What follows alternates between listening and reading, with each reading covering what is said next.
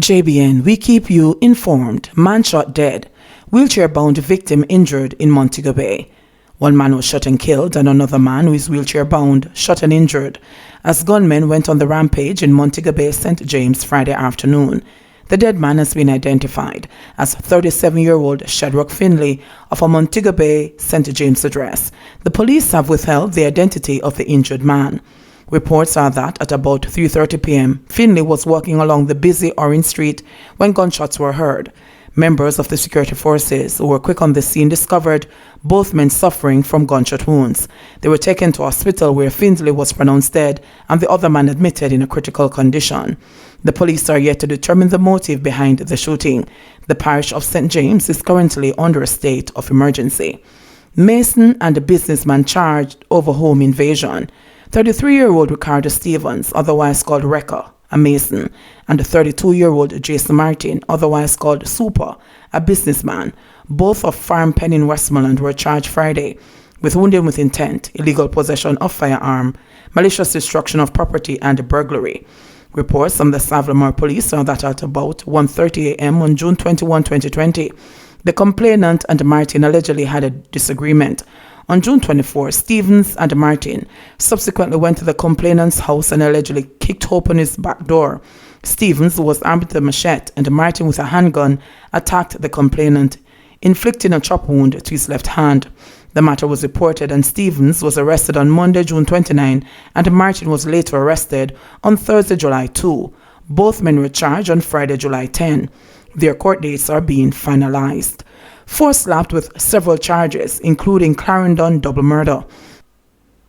The police on Friday slapped several charges on four men, including that of the double murder of Jermaine Jones and Alan Cameron, which occurred on the Johns Hall Main Road in Clarendon on Friday, June 26, 2020. Charged are 40-year-old Charles McCleary, a bus driver, 19-year-old Sean Gilzine, a laborer, and 21-year-old Conroy Cadogan, a call center agent, all of St. Catherine addresses, as well as 35-year-old Kemar Francis of a Clarendon address. The police said they were charged with murder, conspiracy to commit murder, and illegal possession of firearm and ammunition. According to the police, about 4:40 p.m. on the day in question, the accused men, who were traveling in two separate motor cars, allegedly ambushed and opened fire on Jones and Cameron, who were traveling in a Toyota Hiace bus. Both injured men were pronounced dead at hospital.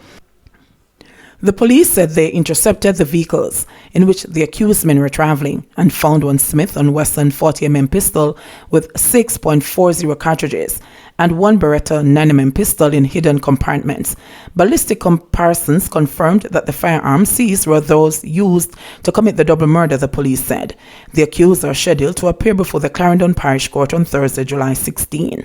It was not our intention to offend anyone, says JPS.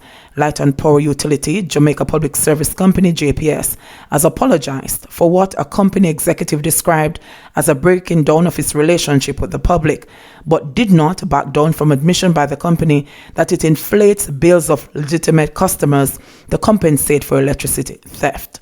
If we have offended anyone, it was not our intention. Senior Vice President for Customer Services Ramsey McDonald told reporters at the scene of a public protest at the company's New Kingston head office on Saturday morning. "We are sorry that our relationship was broken down in this way. It was not our intention. But I'm certain that some misunderstanding has happened along the way, and I simply say to them, feel free to reach out to any of us. I know I've been in dialogue with them and we are willing to listen, and we are willing to deal with the situations that exist as best as possible," he added. A handful of people, bearing placards and chanting various anti-JPS sentiments, started gathering in front of the JPS building from about 8 o'clock yesterday morning. Company executives later invited them onto its compound. "First of all, I would like to say that JPS, we care about our customers," McDonald said. "We understand the burden and the pain that they are feeling, and we are working as best as possible to give them support in very difficult and trying times." He argued that the government and the public at large have roles to play in fighting electricity theft and urged the public to help by swapping out incandescent light bulbs for LED ones and reporting people known to be illegally connected to the grid. Let's not lose sight of what this is all about. It's about a crime. It's about electricity theft. And in order for us to address this, this scourge upon our nation, we need to work together as a team. All of us need to be involved. The protesters are simply voicing their opinions and voicing their concerns. We have heard them, and we are simply saying to the rest of Jamaica, together we can conquer this. But we have to work together as a team. We need the support of government to give us the various tools in order to attack this scourge on our society. We can't do it alone. We are not the police force. We have done a number of initiatives in order to try and support and to help reduce electricity theft. We have spent millions of dollars trying to regularize communities in trying to bring this theft down. But it's not going to work with JPS alone. We need our customers, we need our government to stand behind us and work together on a plan that will reduce electricity crime here in Jamaica, McDonald said. The senior VP for Customer Services added, "We want to find ways of bringing down electricity cost. Here in Jamaica, we don't produce natural oil. We don't produce gas. But what we can do is we can reduce what hurts us greatly on our bills, and that's the theft of electricity." PM opens Gale Police Station and Multipurpose Center. Prime Minister Andrew Holness on Friday formally opened the Gale Police Station and Multipurpose Center in St. Mary. The rehabilitation and expansion of the multipurpose center, which was undertaken at a cost of $85 million, was undertaken under the Citizen Security and Justice Program, CSJP. This CSJP is a multifaceted crime and violence prevention initiative of the Ministry of National Security, which focuses on building community safety and security. The program provides crime and violence prevention services to 50 vulnerable and volatile communities in 8 parishes. Speaking at the opening ceremony, Prime Minister Andrew Holness said the initial phase of the project covered the renovation of the ground floor of the center to house the police post, a renovated courthouse, conference and office areas, and a computer lab. This will be complemented in the second phase of the project to include an open auditorium upstairs at the current building that will be used for conferences, graduations, cultural, and other community activities, Holness stated. He noted that in collaboration with the Heart NSTA Trust, various skills training programs will be offered at the facility, including commercial food preparation, data operations, and the training for the business process outsourcing sector.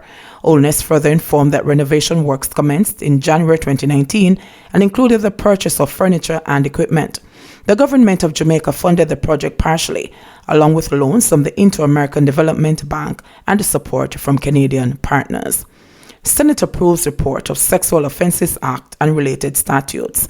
A report from a joint select committee that deliberated on the Sexual Offences Act and related statutes was on Friday approved by the Upper House, setting the stage for husbands to be criminally charged for raping their wives, a move bound to provoke some religious conservatives who insist marriage gives unconditional consent in sexual affairs. Kamina Johnson-Smith, leader of government business in the Senate, on Friday led the debate on the report, which was later approved by lawmakers. The Joint Select Committee had reviewed the sexual offenses, the domestic violence, the offenses against the person, and the Child Care and Protection Acts. Married women who are raped by their husbands will no longer have to fulfill certain conditions to qualify for legislative protection. The committee recommended that once a woman has withheld her consent in a relationship, irrespective of whether it appears in marriage or not, it is to be considered rape, Johnson-Smith told the Senate. It was recognized that rape is an act of violence and marriage is an institution which must be fostered in a context of love and mutual respect, not violence, she added. The committee, looking at rape and other sexual offenses, has recommended that convicts of these offenses, though committed overseas, be added to a Jamaican database as a requirement upon landing in the island. The Sexual Offences Act has been recommended to place an obligation on persons who have relocated or been returned to Jamaica and have been convicted of a sexual offense abroad or have been listed in a sex offenders registry abroad to report to the authorities, and as such, they should be listed on the sex offenders registry in Jamaica, she said. Constitutional lawyer Dr. Lloyd Barnett, weighing in on the development in the Senate, said that the mere registration of a person would not likely cause any constitutional issue. Merely registering the person, I don't think, would be a problem. The question is what follows after that. If you are restricting their movement, then you get other questions. And if you're going to make it available to persons who should not get it, then that would be a problem. The government would have access to what the person would have been in prison for. You don't need that person to tell you that. It is a matter of public record, Barnett said. The Senate leader said there was a recognition of operational weakness in the current sex offenders registry and recommended that the Ministry of National Security audit the administration and operation of the registry. Having been approved on Friday, the report will now form the basis for legislators to make changes to the various pieces of statute.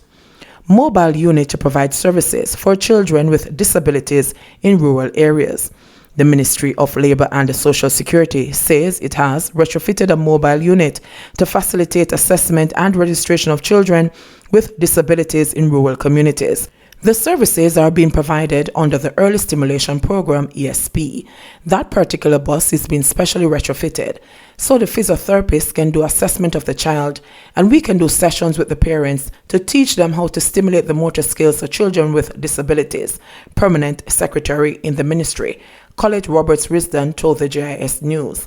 From a financial perspective, it is not always feasible to set up offices with staff. In the meantime, we'll be using a bus to take the ESP services out to parents in the rural areas. We also have many parents who are registered with ESP, but because of financial difficulties and the distance they have to travel, are unable to travel to Kingston or Portland to access these services, she noted. Roberts-Risdon was speaking at the commissioning of 2 mobile units to promote the ministry's services in rural areas, with initial focus on the Program of Advancement through Health and Education Path and the National Insurance Scheme NIS. The function was held at the ministry's downtown Kingston offices on Thursday. ESP provides early stimulation and intervention for children from birth to 6 years old with developmental disabilities. Currently, the ESP services are concentrated in Kingston and St. Andrew, St. Catherine, and Portland. JBN, we keep you informed. Please remember to subscribe, like, share, leave us a comment, and click the notification bell to receive our daily news items.